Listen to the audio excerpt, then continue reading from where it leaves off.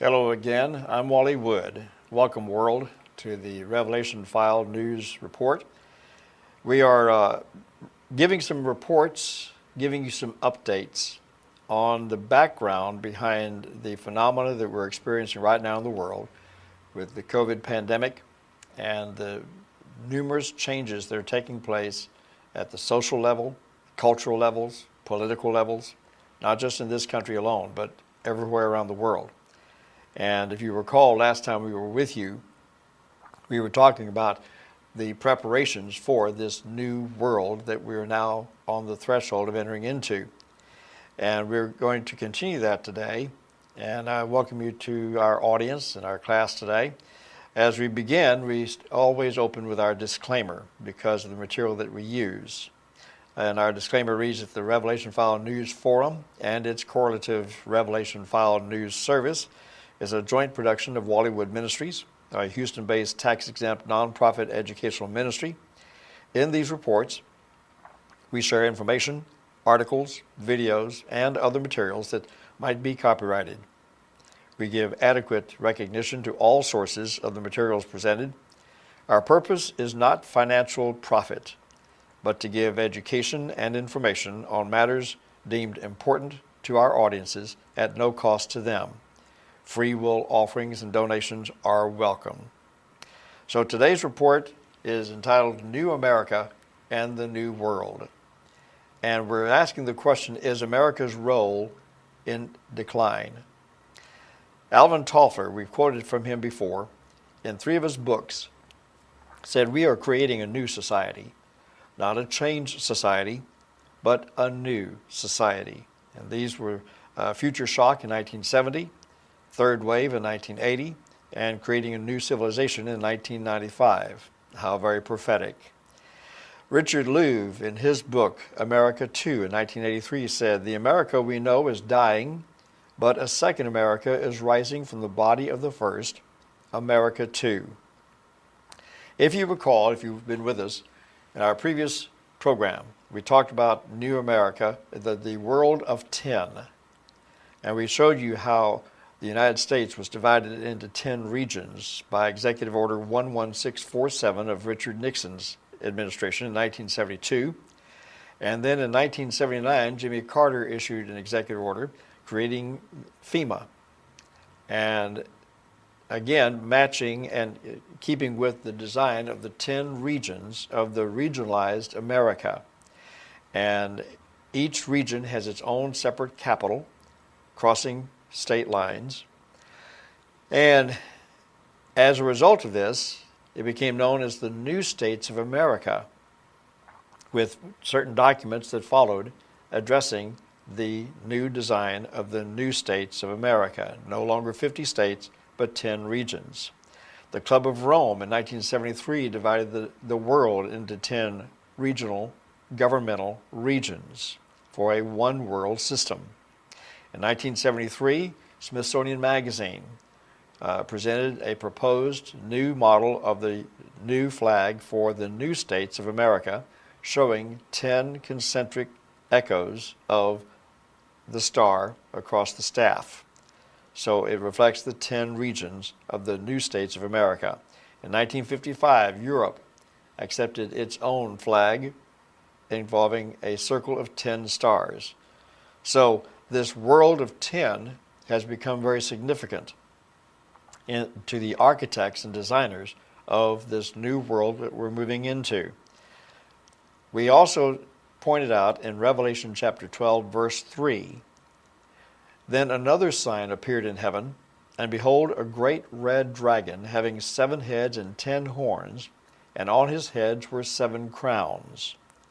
In Revelation 13:1, "The dragon stood on the sand of the seashore. Then I saw a beast coming up out of the sea, having 10 horns and 7 heads, and on his horns were 10 diadems, and on his heads were blasphemous names."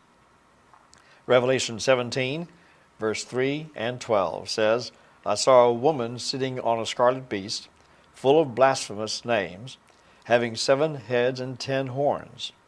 And the 10 horns which you saw are 10 kings, which have received no kingdom as yet, but receive power as kings 1 hour with the beast. So here we see the prophetic biblical connection to a world of 10 kingdoms that was prophesied for the last days. And we're in those days now. And I wanted to bring that to your attention, that the scriptures are connected to the events of today. Moving on, Sellus Foundation for Public Policy Research reported recently that during the 19th and most of the 20th centuries, political leadership took a central stage in national affairs. Geopolitics dominated international relations, and economic activities followed the political lead. Consequently, the nation states and their spheres of influence were the power centers of the world. The late 20th century brought about a radical change. Economic activities took over the initiative, and big transnational corporations began to dislodge the authority of the government. This new trend led to new international economic blocs. It began to dislodge the authority of the government, and it eroded the power of national governments, and it forced average people to adjust to new realities.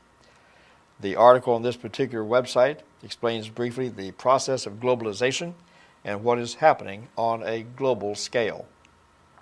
So what's happening in America right now? We're not isolated. We're part of the international community that's being impacted not just by this plague of coronavirus, but all that is part of the ongoing architecture of the new world that will emerge from this, and in the sight of those who are part of it, justifiably so. The Diplomat, the end of American world order. And this is an interview with an official with the UNESCO chair in transnational challenges and governance, and he's a distinguished professor of international relations at the School of International Service, American University in Washington. And he says that the United States is less and less able to get its way with the international community and shape and control the agenda of global multilateral institutions that it helped to create. U.S. leadership in the world has declined. Hence, the real question about world order today is not whether America itself is declining, but that the American world order is coming to an end. A global community. Carnegie Endowment for International Peace, assessing the role of the United States in the world. The United States is no longer the only big kid on the geopolitical block. Today's world is more crowded, complicated, and competitive than at any time and any point before. The global order that emerged after the end of the Cold War has shifted dramatically, creating unprecedented challenges for American statecraft. End of quote. Now, in each of these slides, I'm also presenting the web address so that you can go back and freeze frame this report, and you can go to those websites yourself to see for yourself what these institutions and these endowments are saying about the decline of America's role in being the standard bearer for the world since World War II. CNN reports, the world wonders what's happened to America. This was in August 10th, 2019. Reporting from London, what happens to a country that is an idea when that idea turns ugly? Since the collapse of the Berlin Wall, the United States has been the leader of the free world economically, militarily, but also, as communism and fascism fell by the wayside, it has also thrived as an idea. Winston Churchill said, you could always count on the Americans to do the right thing once they had tried everything else. Now, it's not clear who would know what the right thing is when it happens. What comes next? Has America peaked? Will it eventually do the right thing? And who will be left to know when it does? End of quote. So you see, the world is questioning not only the stamina, and the status of the United States as a world leader among nations. But they're also questioning the stability in the wake of a declining nation of America leading the world. What happens next? Brookings Institute. America's role in a turbulent world, they report. Here's their summary. We live in a moment of global uncertainty and American confusion. Confidence in the Western world and the Western order and its American backing has waned, and hope for a benign multipolar order has been shown to be hollow. We face a choice.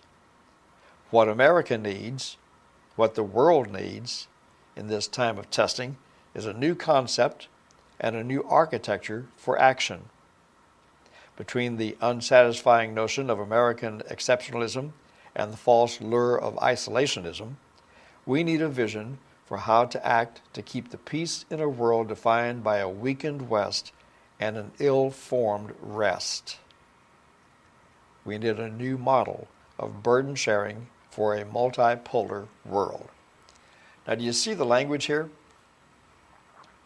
Everything in this particular piece and everything we've shared up to this point is addressing the need for a global community of nations, an evolution into a one world system, because the former system is breaking down. If you've been following us on these reports to any length, you know that we've been reporting on this for a number of months now. With COVID coming in as it has, it's only heightened the volume of the outcry of the world, its political institutions, its educational institutions, its governmental institutions. Where are we going to turn? There's total chaos right now, and we don't know how to solve that chaos. Global problems require global solutions, it's been said. But who's got the solutions? Do you see the setup? It's very, very clear that globalism, the concept of globalism, okay, so you create a community of nations. Then what? Whose voice do you listen to? Who carries the weight, the authority, the power to bring necessary changes to solve the problems? In our previous report, much attention was given to change or remain in the status quo. And the general conception is, forget the status quo. That's what brought us to this place of confusion. We need a change. If you know anything about end-time Bible prophecy, this is the tune that was predicted that would give rise to a man who would come forth very stalwart, stable, mature, steady, and his solutions will capture the attention of world leaders everywhere. That's the stage we're seeing being set up here. And if you're not accustomed to thinking at this level, I'm not a conspirator or a conspiracy theorist. Yes, there has been a conspiracy for over a generation. Men meeting in back rooms who have power, prestige, influence. Through their planning, we've come to this place. And that's what we're addressing in last program and this program. So as you look at the headlines today, in our next slide, we show you, again, the multiple voices, outcries for the need. Is democracy dying? Foreign Affairs asked. We're all in this together is the mantra of today. Global power play after COVID-19, status quo or change? the end of American world order. This is a general theme hitting headlines everywhere. So I want to introduce you to something that you're probably not familiar with. Chances are very few people are. And that's something that took place back in 1975. The World Affairs Council of Philadelphia put together a Declaration of Interdependence.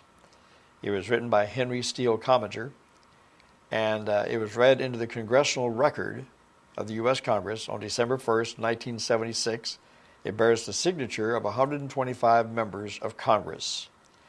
In its preamble, we read this: to establish a new world order of compassion, peace, justice, and security, it is essential that mankind free itself from the limitations of national prejudice and acknowledge that the forces that unite it are incomparably deeper than those that divide it, that all people are part of one global body and community, dependent on one body of resources, bound together by the ties of a common humanity, and associated in common adventure on the planet Earth.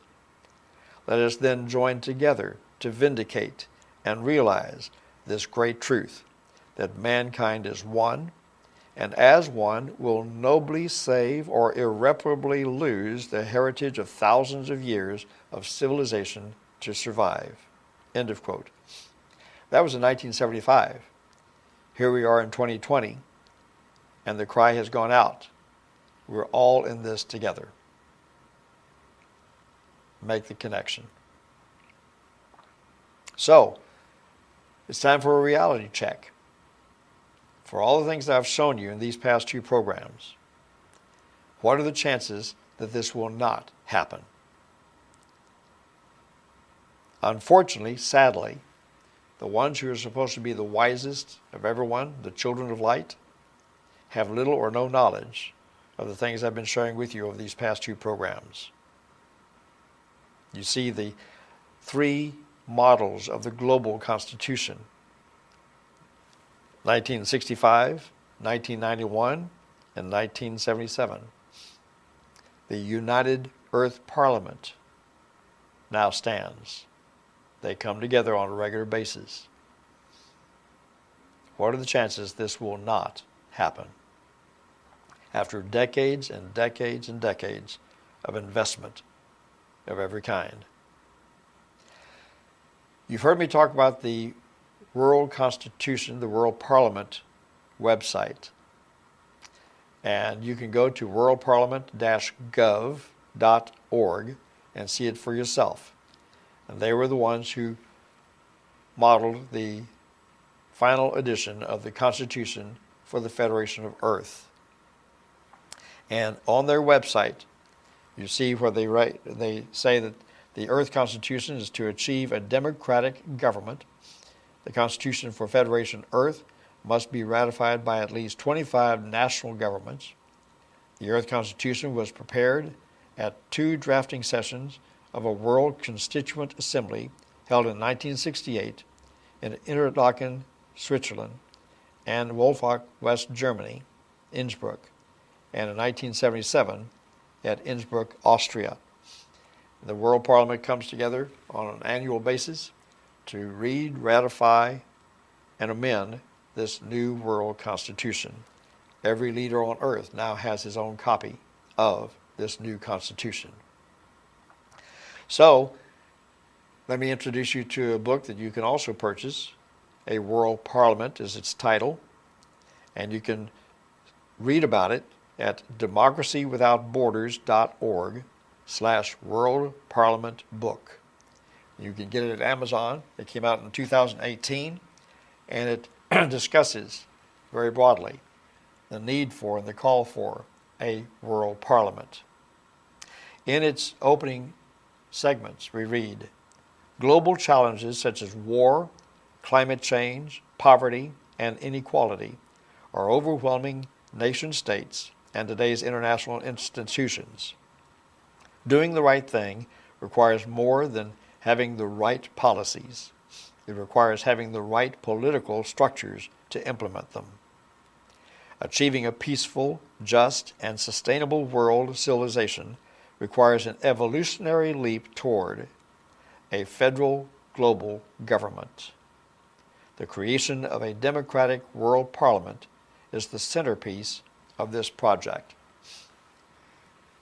Do you get the sense that they're serious? Yep, they're very serious.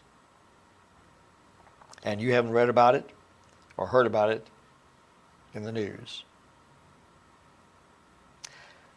So when you go to the World Parliament website, as I showed you a while ago, you'll also find the Pledge of Allegiance for the world, and they're pledging their allegiance to the World Constitution.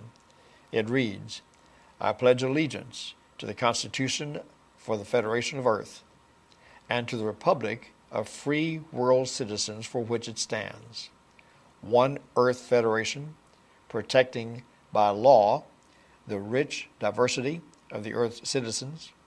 One Earth Federation, protecting the precious ecology of our planet. I pledge allegiance to the World Parliament, representing all nations and peoples, and to the democratic processes by which it proceeds. One law for the earth, with freedom and equality for all. One standard of justice, with a Bill of Rights protecting each. I pledge allegiance to the future generations protected by the Earth Constitution, and to the unity, integrity, and beauty of humankind, living in harmony on the earth. One Earth Federation, conceived in love, truth, and hope, with peace and prosperity for all. End of quote. Noble words. But what's backing it? Whose love, whose standard of peace are we talking about here? By whose standards? Nobody's raising those questions, and yet it begs to be asked. But that's the new Pledge of Allegiance, that as we move forward into this one world system, it will become part of your children's education. Like giving their daily Pledge of Allegiance to the U.S. flag, it will now be the Pledge of Allegiance to the Constitution of Earth and the Parliament of Earth. This pledge, next slide, was ratified as the official pledge of the Earth Federation at the 7th Provisional World Parliament in Chennai, India, on December 26th through the 30th, 2003. So it is considered official. So again, we ask the question of a reality check. What are the chances that this will not happen? Something to give consideration to. That's the end of our presentation by slide. Now,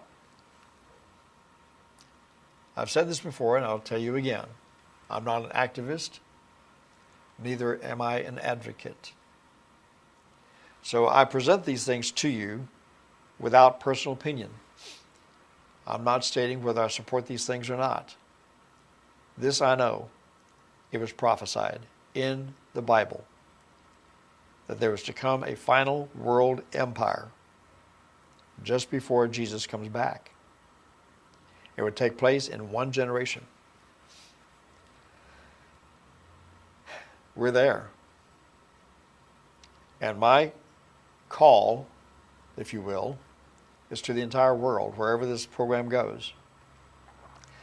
Our Creator, our Master, our Savior, the Lord Jesus Christ, is coming back sooner than most people expect or are prepared for. The Antichrist is going to be the world ruler in the confines of what you've seen over the past two programs that we've presented here. All the building blocks are there. What remains to be discovered is the man with the voice. number of programs ago on this channel, go back and take a look, I presented to you my list of the candidates for Antichrist. I would invite you to go back and find that program in our archives and review that. There are certain individuals, there are at least 7 individuals alive right now that meet certain criteria of what the Bible declares to be this one last global leader who will be worshiped by the world. Ladies and gentlemen, I don't care what your religion is. I don't care what your politics may be. I don't care where you fall on the spectrum of conservative versus liberal. It makes no difference. Jesus Christ is coming back. And every man's actions are going to be held accountable. He's coming back to establish a 1,000-year reign upon this earth. And after that, the judgment. And after that, eternity.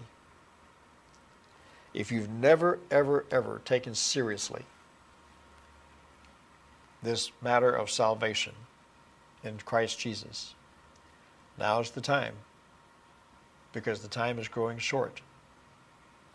Very, very, very soon, I would dare say within less than 10 years, the Antichrist is coming forth. He will be revealed. He'll be put into power because the voices are calling out to him now. And that should be a warning to all of us, a barometer. Antichrist is pre-Christ.